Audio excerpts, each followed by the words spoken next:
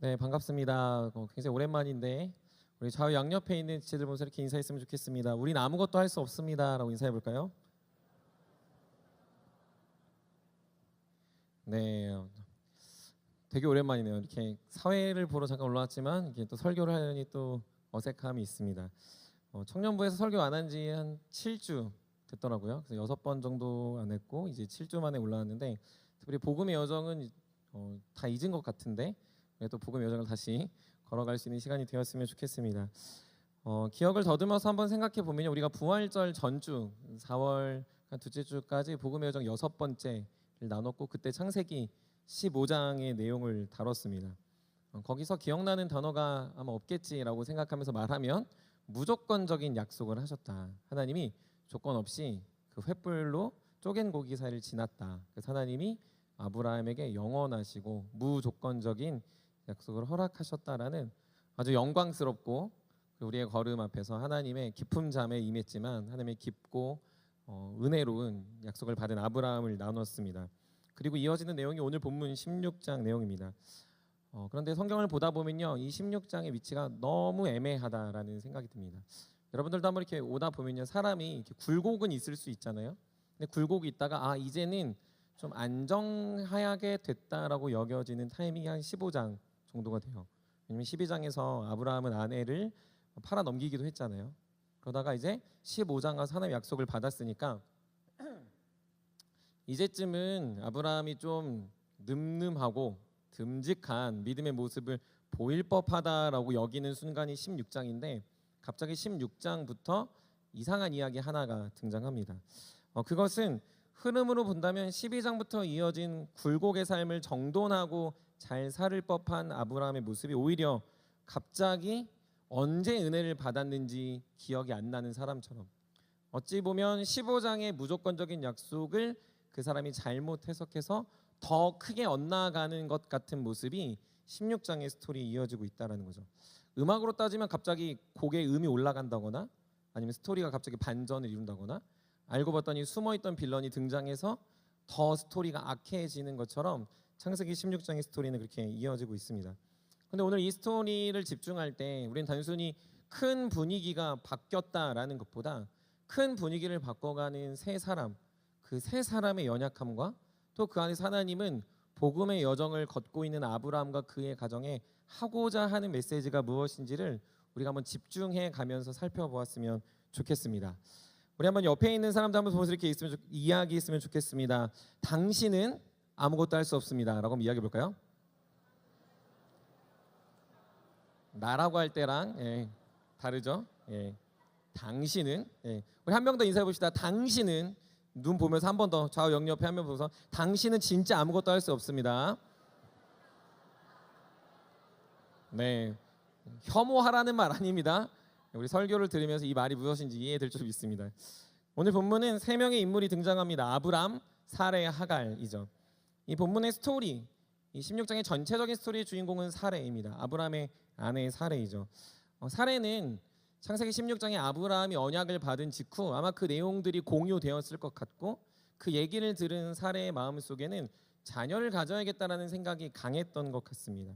그런데 그에게 자녀를 낳는 방법은 그 고대 근동 당시 한 가지의 방법이 있었는데 그건 자신의 몸종인 하갈을 통하여, 즉 자신을 수하하고 도와줬던 하갈이라는 여인을 자신의 남편에게 들어가게 하여 첩을 삼게 하여 그 여인이 낳는 아이가 창세기 15장에서 말하는 하나님이 우리에게 주시는 자녀가 아닐까라는 생각을 아브라함과 이야기하면 생각이 들었다라는 거죠.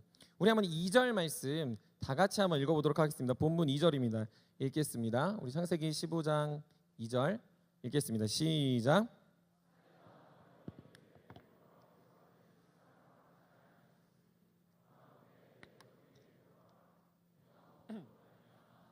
얻을까 하노라. 아멘. 아브라함이 사라의 말을 들으니라. 아멘. 여러분들 이 본문을 보면서 느껴지는 뉘앙스가 뭐죠? 사라는 아주 강력하게 요청합니다. 하나님은 아브라함에게 자손을 준다고 약속했으니 그럼 자손을 낳아야 되는 생각을 지금 아내가 하고 있고, 그래서 사라가 요청하는 말을 보면요, 원한다, 들어가라, 얻을까 한다라고 말하죠. 그리고 남편 아브라함은 그 얘기를 듣습니다. 근데 문제는 여기서 생기기 시작합니다. 이 일을 듣고 시행하자 하갈이 곧바로 임신하였고 출산을 하게 되었고, 출산을 하는 기쁜 상황이 펼쳐져야 될 것 같은데 사레의 머릿속에는 자녀만 낳으면 창세기 15장의 약속이 우리 눈앞에 보여지는 기쁜 현상들이 이루어져야 되는데, 사실은 그 상황을 통해서 사레가 열심히 고민해서 이루어진 상황을 통해서 그 가정이 갑자기 이상해졌다라는 겁니다. 우리 한번 본문 4절도 같이 읽겠습니다. 시작. 아브라함이 하갈과 동침하였더니 자기의 임신함을 알고 그의 여주인을 멸시한지라. 여기서 또 다시 한 여인이 나오는데 그건 사레의 종인 하갈이 등장합니다. 하갈은 분위기를 파악했어요. 아, 지금 이 집안 꼴이 이렇게 돌아가는구나. 아, 지금 우리 주인이 아이를 낳을 수 없구나. 아, 사레라는 이 여인은 아이를 낳을 수 없으니 내가 만약 아이를 낳아서 아브라함에게 준다면 나는 정실부인은 아니지만 내가 조금 더 높은 지위를 차지할 수 있겠구나라는 생각이 지금 하갈에게 들어간 것으로 사료됩니다. 그래서 하갈은요 사레를 멸시한다라고 말해요. 멸시한다. 사실은 저희는 우리를 잘 멸시하지 않습니다. 여러분들 절 멸시하시나요? 아니죠? 저도 여러분 멸시하지 않습니다. 그런데 이렇게 생각해 보면 조금 그럴 수 있어요. 무시한다. 목사님 무시한다. 마음에 찔림이 있으시죠? 무시하는 거. 조금 더 우리가 익숙한 말로 바꾸면 사람 취급하지 않는다. 그렇죠? 어떤 게 있을까요? 사람 취급하지 않는다? 인사에도 이렇게 인사 받지 않고 가는 거, 고개를 숙이는데 이렇게 지나가는 거, 뭐 봤는데 눈을 이렇게 돌리는 거, 이런 게 사람 취급하지 않는 거죠. 멸시한다보다요 이게 더 어울리는 것 같아요. 하갈은요 임신한 그 순간 누구에게 그랬냐면 그 가능성을 제한한 사레에게, 자신의 주인인 사레에게 사람 취급하지 않고 무시했다라고 이야기하고 있습니다. 그래서 다시 사레는 자신이 납득하지 못할 이 상황을 분노하여 아브라함에게 말하고 있습니다. 한번 5절 말씀도 같이 읽어보겠습니다. 5절 읽겠습니다. 시작. 사레가 아브라함에게 이르되 내가 받는 모욕은 당신이 받아야 옳도다. 내가 나의 여종을 당신의 품에 두었거늘 그가 자기 임신함을 알고 나를 멸시하니 당신과 나 사이에 여호와께서 판단하시기를 원하노라. 아멘. 지금 사레는 어떻게 생각한 겁니까? 자신이 생각했던 가능성은요 창세기 15장의 말씀이 이런 방법으로 이루어질 거다라고 생각해서 진행했던 것이 자신의 예상과 전혀 다른 모습이 등장하자 화가 나고 분노가 되어 그 화의 근원 아브람, 자신의 남편, 그리고 이 상황을 중재하지 않는 남편을 향해서 다 쏟아붓고 있는 겁니다. 하나님의 약속을 위해서 자신 노력했어요. 하나님의 약속에 남편은 가만히 있었어요. 자신의 머리를 열심히 동원해서 그럼 이렇게 해야겠다라고 너무 지혜롭다라고 생각했을지 모릅니다. 그런데요 자신의 상황에 원통함과 원망함이 생기자 그 안에 아브라함을 향해서 온갖 화를 쏟아내고 있는 거죠. 이렇게만 보면 오늘날 우리가 보고 있는 프로그램들이 생각납니다. 뭐 부부 클리닉, 뭐 이용 상담, 뭐 가장 그 심각한 드라마들은 아침 드라마 있잖아요. 뭐 누구의 자식이 여기고 뭐 알고 보니 뭐 배다른 형제고 막 이러한 것처럼 굉장히 막장의 내용이 지금 창세기 16장에 등장하고 있는 거죠. 언제요? 창세기 15장에 너무나도 영광스러운 언약을 받은 그 이후에 바로 16장의 스토리가 이어지고 있다라는 겁니다. 이것은 단순히 여인 둘의 다툼이거나 아니면 아브라함이 이 상황을 잘 통제하지 못했다라는 것을 말하고 있진 않습니다. 이것은 지금 아브라함이 복음의 여정을 걸어가는 중에 이 가정이 반드시 깨달아야 되는 한 가지, 복음의 여정의 약속을 주어주신 하나님과 동행하는 이 가정이 이제부터 진짜 알아야 되는 한 가지를 지금 이 상황을 통해 하나님은 알려주고 있다는 거죠. 우리가 이 상황 속에서 지금 단순히 아브라함이 무언가 실수하고 넘어지고 낙담하고 언약을 받았나 안 받았나, 그 사람의 인생이 왜 이렇게 갑자기 지질이 궁상 같아졌나라고 생각하는 것이 아니라 하나님은 이 가정에 가르쳐주고자 하는 한 가지를 말하고 있는 것입니다. 오늘 설교 제목과 같이 자기들 스스로 무언가를 할 수 있다라는 가능성에 인생을 걸 때 그 인생은 반드시 실패한다라는 걸 하나님은 가르쳐주길 원했다라는 거죠. 자신이 약속을 받은 건 받은 거지만 그것을 넘어서서 내가 무언가를 이룰 수 있고 약속의 주체가 되고 약속을 실현시킬 수 있는 존재가 된다라는 아주 자그마지만 가능성에 올인할 때 그 인생은 반드시 필패한다라는 것을 하나님은 아브라함의 가정에 알려주고 싶었다라는 거죠. 여러분들 청소년에서 청년이 되었습니다. 누군가는 학생에서 직장인이 되었고요. 누구는 장년에서 부부로 신혼부부가 되었습니다. 특별히 청소년에서 청년이 되어가는 그 과정 그 모습 중에서 많은 사람들이 실수하고 많은 사람들이 잘 관리하지 못하는 것이 있다면 그건 시간입니다. 청소년 때는 어쩔 수 없이 야자도 하고 학원도 다니고 공부해야 되는 눈치 보는 상황들 속에서 자신의 신세를 한탄하며 그냥 시간을 많이 때우게 됩니다. 그러다가 청년이 되면요, 어느 순간 나에게 늘어난 24시간을 잘 수도 있고 24시간을 놀 수도 있고 그리고 아무것도 하지 않을 수 있는 자유가 생기다 보니까 많은 청년들이 시간에 있어서 많이 허비하게 됩니다. 에베소서 5장에서 세월을 아끼라 때가 악하다라고 말하지만 청년들은 잘 다스리지 못해요. 통제하지 못하죠. 왜 그렇습니까? 힘들고 바쁘고 억압되는 삶을 살다 보니까 어느 순간 나에게 시간이라는 것이 막 주어지다 보니까 내가 무엇이든지 할 수 있고 내 주체로 그걸 선택하고 싶습니다. 알바를 하든 공부를 하든 여행을 가든 아무것도 하지 않든 누워만 있든 아니면은 그냥 내가 하고 싶은 것을 뭐 게임방에서 밤을 새든 여행을 가서 그냥 돌아다니든 하는 것들을 서로 선택한다라는 거죠. 그러면서 우리 마다 생각해요. 언젠간 내 인생이 잘 될 거야.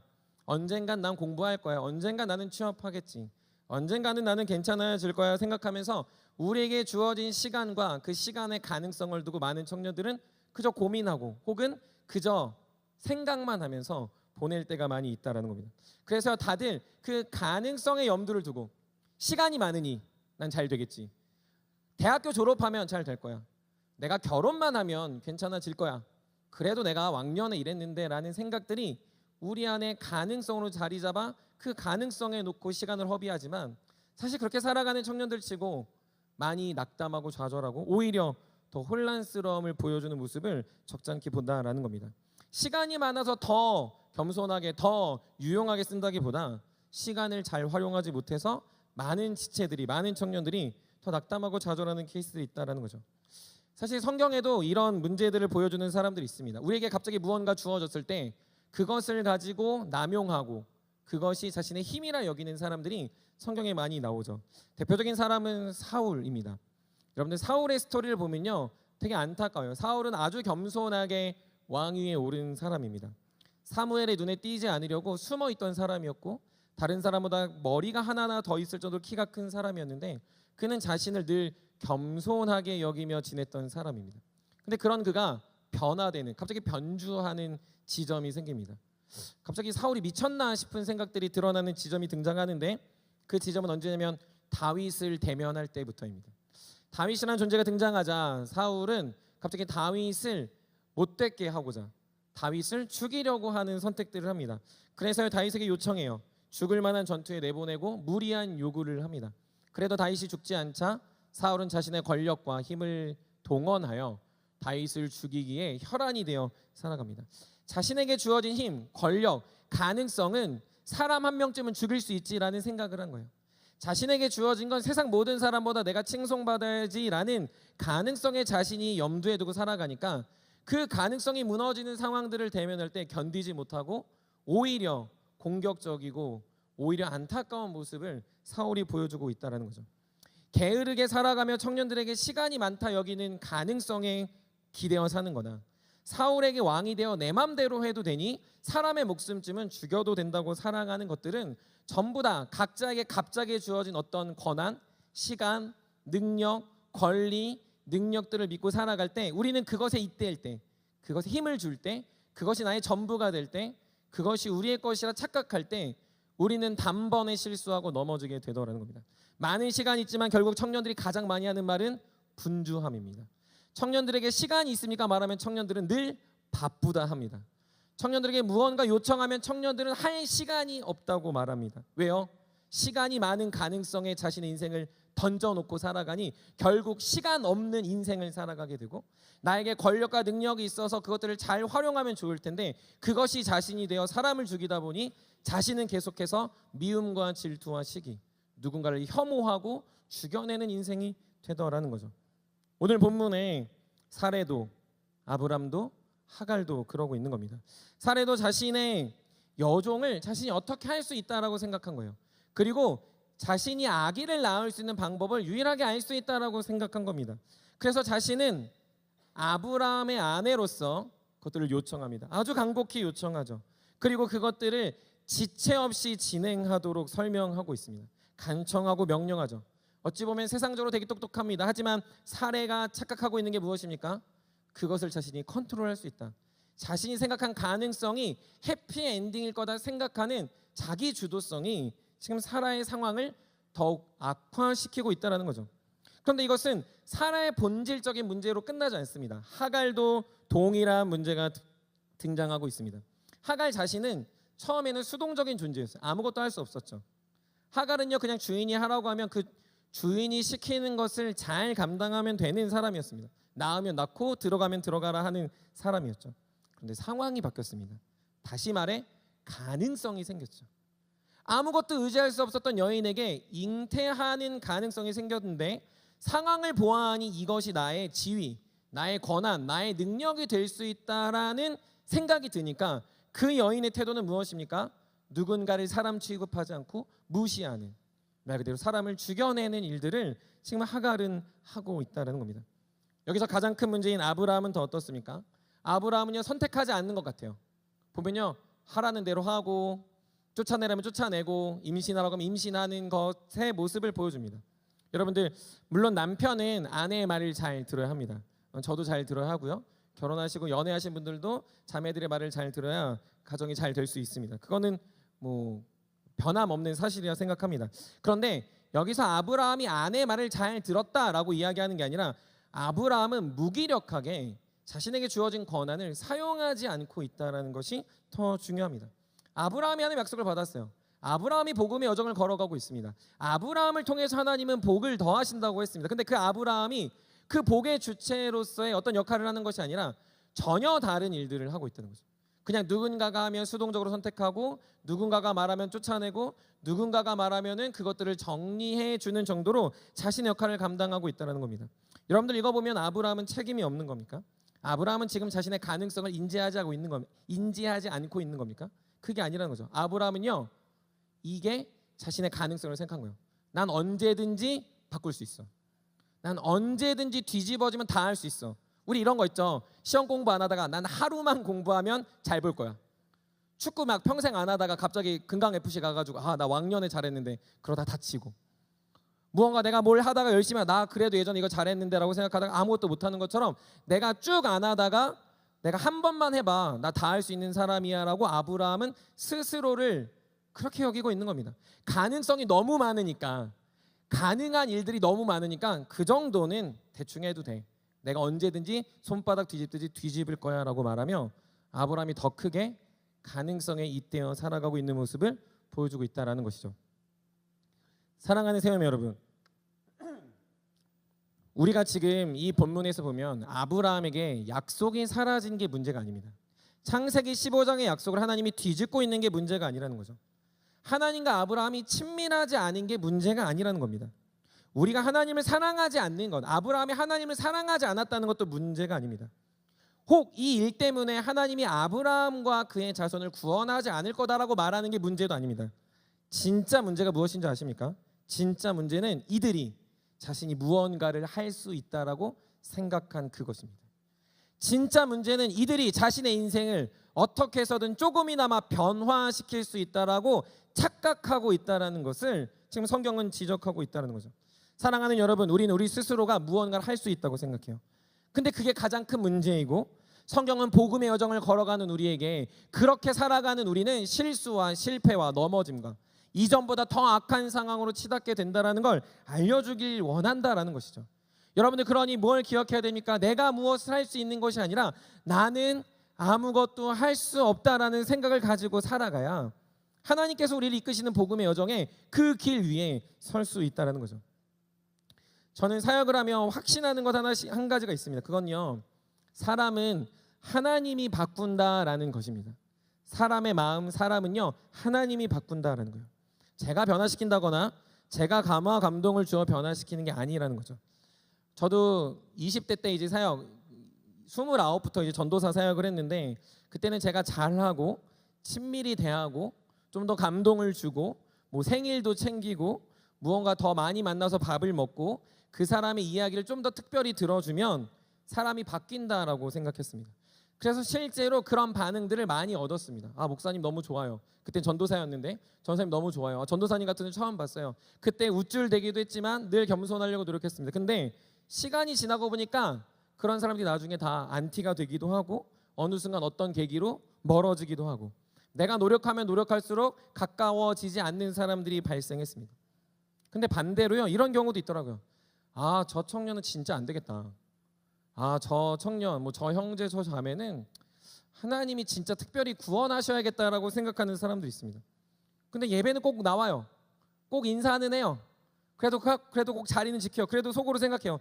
언제 바뀔까라고 늘 지켜봤던 사람들이 어느 순간 하나님이 마음을 만지시니까 변화되고 새로워지고 공동체에서 훈련받는 모습, 그리고 지금까지 동역자로 살아가는 사람들을 보게 되더라는 거죠. 그러면서 확신했습니다.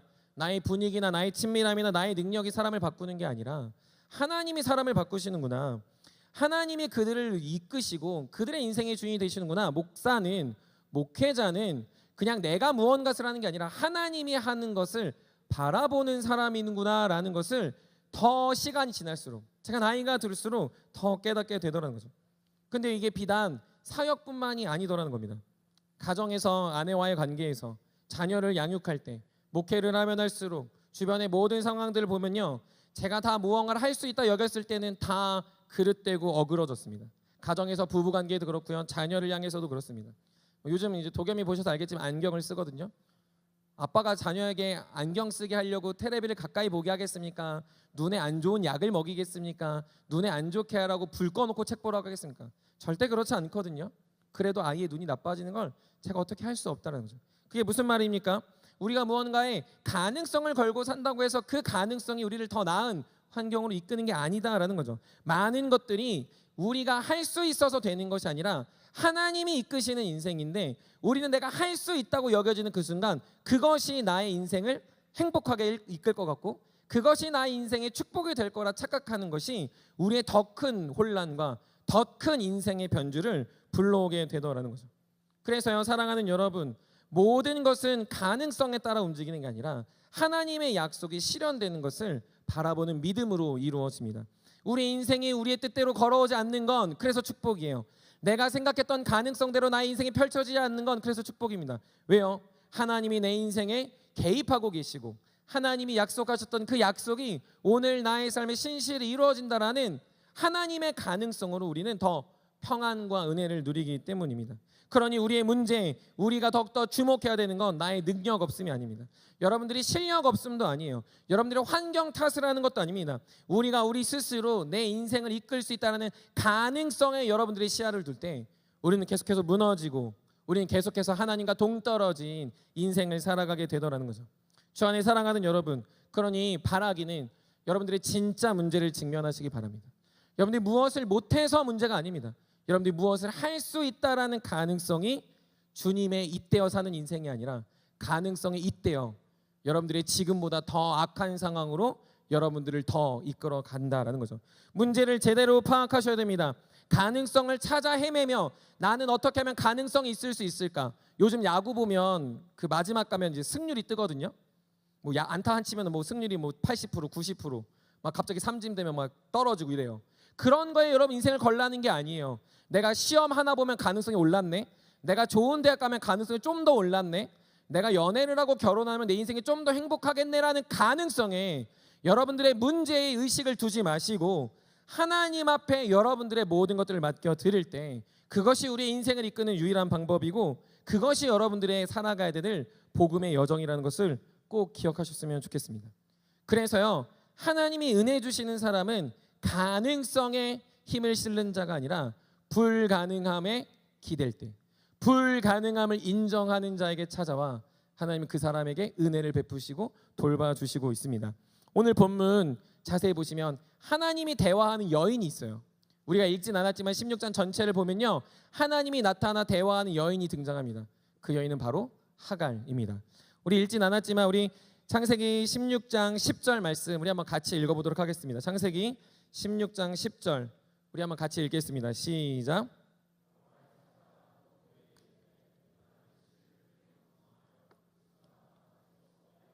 아멘. 창세기 16장 6절에 보면요, 하갈은 그 아브라함의 집을 떠나 부엘라헤로이라는 곳으로 광야로 떠납니다. 갓난아이 하나, 그리고 자신과 살아가야 되는 자신의 인생 앞에 아무것도 할 수 없는, 아무것도 기대할 수 없는 거 나온 거죠. 아브라함의 집에 있을 때 떵떵거릴 준비, 내가 어떤 더 나은 부인이 될 수 있다라는 기대감이 있었다면 이제는 호롤단신으로 아무 보호막 아무 것 없이 그저 광야에 동떨어진 존재가 되었습니다. 살 방법은 없고요, 먹을 궁리를 해야 되고요, 뜨거운 태양과 수많은 맹수들의 공격 앞에 자신이 처했습니다. 그 앞에 자신은 불가능에 뒤집어 쌓인 거죠. 불가능한 환경에 자신을 집어넣은 거예요. 그래서요, 그는 낙담하고 좌절하며 한 우물가에 머물렀을 때 하나님은 그 여인에게 나타나 축복하시고 은혜를 베푸시고 계시다라는 것입니다. 가장 힘든 여인, 아무것도 할 수 없는 여인, 아무것도 기대할 수 없고 아무 가능성조차 찾을 수 없는 이 여인이 뭘 할 수 있겠어? 이 여인이 무엇을 할 수 있겠어라고 생각하는 그 여인에게 하나님은 나타나셔서 그 씨를 축복하고 이스마엘의 가문이, 이스라엘의 집안이 12지파와 수많은 대대의 복을 이룰 것이라고 하나님은 그 여인에게 나타나 이야기하고 있다는 겁니다. 여러분 놀랍지 않습니까? 아브라함에게 말한 것도 아닙니다. 사레에게 말한 것도 아니에요. 하갈에게 하나님은 나타나 말하고 계십니다. 가능성에 잇대어 살아가는 사람에게 하나님이 말하지 않아요. 불가능하고 자신을 낙담하고 좌절한 그 여인에게 찾아가 하나님은 다시금 은혜를 베푸시고 그 인생을 건져 올리는 주의 영광을 보여주고 있다는 거죠. 여러분, 그러므로 우리는 어떻게 살아야 합니까? 복음의 여정을 걷는 우리는 어떻게 살아야 될까요? 하나님이 약속을 주셨으니 최선을 다해 살자. 분명 우리 삶에 열심과 성실이 나타나니 나은 삶일 수 있습니다. 하나님의 약속을 이루게 무엇이든지 해보자. 창의적이고 청지기적 삶을 살아가는 것 분명 좋은 말이고 좋은 믿음의 태도는 맞습니다. 그러나 무엇이 더 중요합니까? 복음의 여정을 걸어갈 때 중요한 건 우리의 삶이 불가능함을 기억하며 하나님이 우리의 영원한 목자 되심을 신뢰하는 것. 그분이 나를 푸른 초장으로 인도하시든, 그분이 나를 사망의 음침한 골짜기로 인도하시든, 그분이 나에게 밥을 주시든, 밥을 잠깐 늦게 주시든, 내가 몸이 좀 상하든 내 몸이 상하지 않든 할 것 없이 내가 가능성을 갖고 여리저리 다니면서 나의 인생의 복을 찾는 게 아니라 그분이 나를 이끄신다라는 그분만의 가능성을 두고 내 인생의 불가능을 확신할 때 하나님은 그런 우리에게 나타나 복음의 여정을 걷게 하신다라는 것이죠. 여러분 시편 23편 외우신 분들도 있겠지만 여러분들 시편 23편의 동사를 보면 이렇게 돼 있어요. 하나님을 인도하신다, 인도하신다, 안위하신다, 우리를 원수 앞에서 상을 차려주신다, 넘치게 하신다는 거죠. 그분이 우리의 가능성이지 내가 바라보는 것이 가능성이 되면 안 됩니다. 그분이 나의 유일한 가능성이어야지 내 인생의 가능성들이 넘쳐나 하나님 떠나 나의 머리를 굴려 살아가는 인생은요, 그 선택은 복음의 여정이 아니라 더 악하고 더 진부한 인생으로 흘러갈 수밖에 없다라는 것이죠. 주 안에 사랑하는 세움의 여러분, 그러므로 가능성에 마음을 두지 말고 하나님의 약속을 붙잡고 살아가는 저 여러분들이 되길 간절히 소망합니다.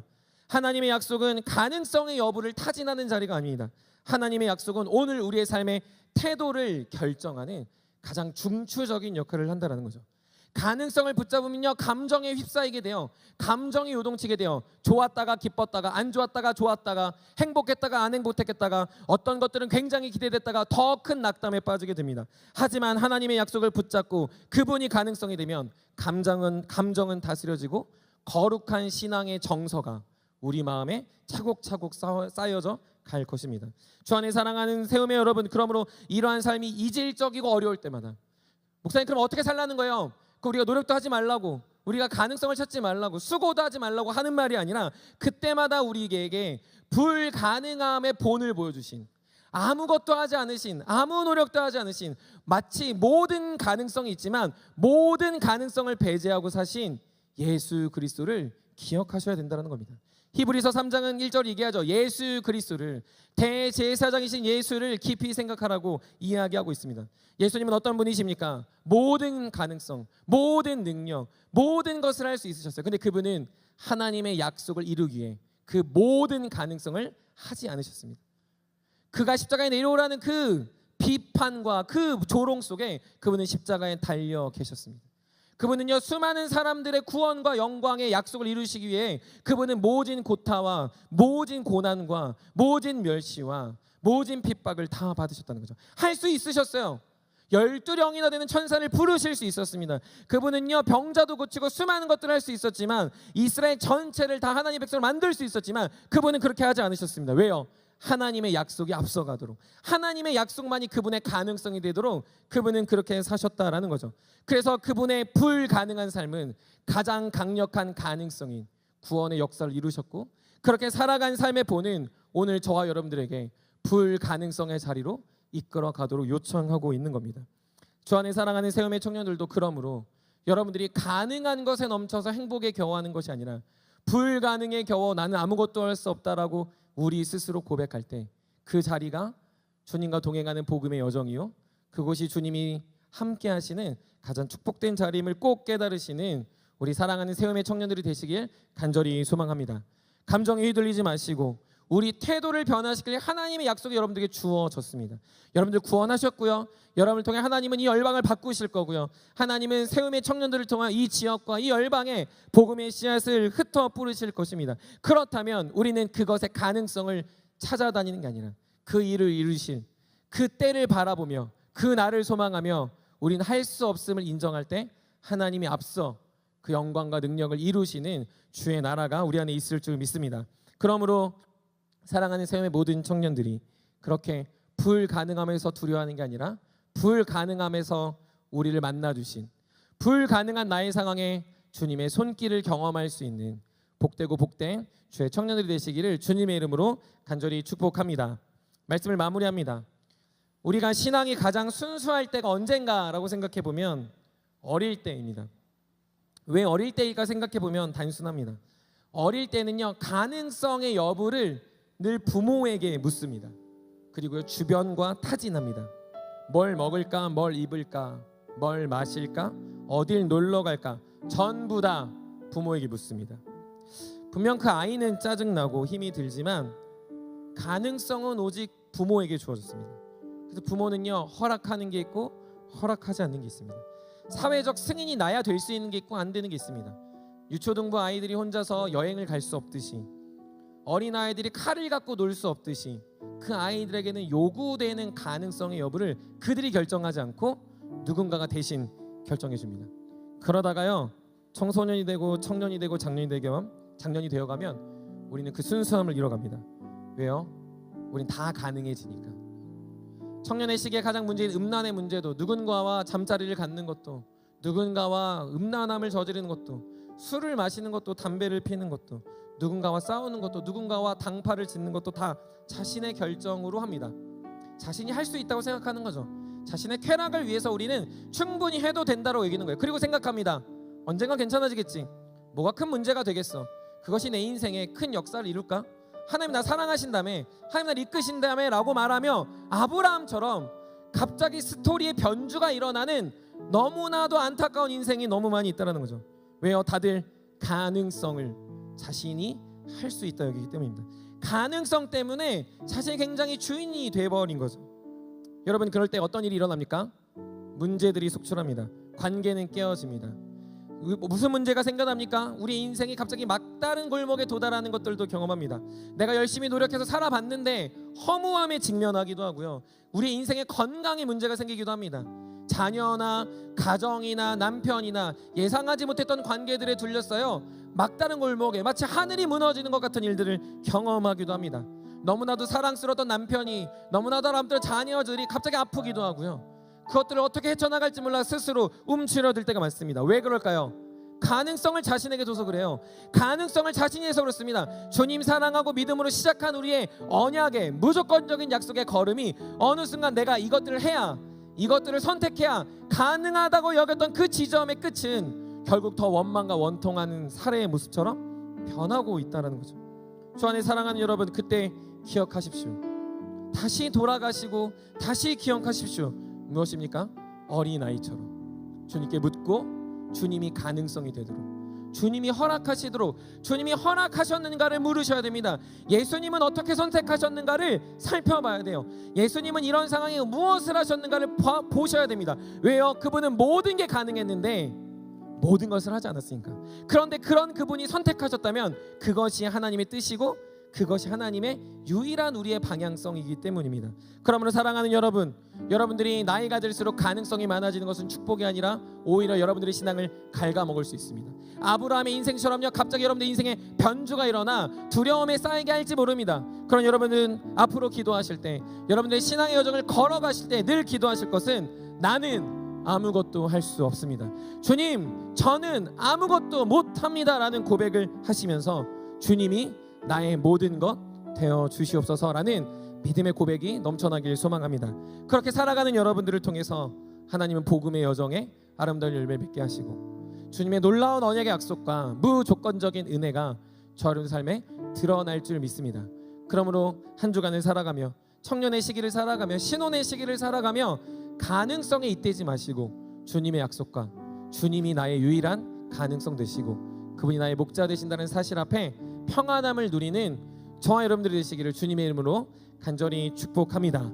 우리 다 같이 일어나서 나는 아무것도 아닙니다 우리 같이 찬양하며 기도의 자리로 나아가겠습니다.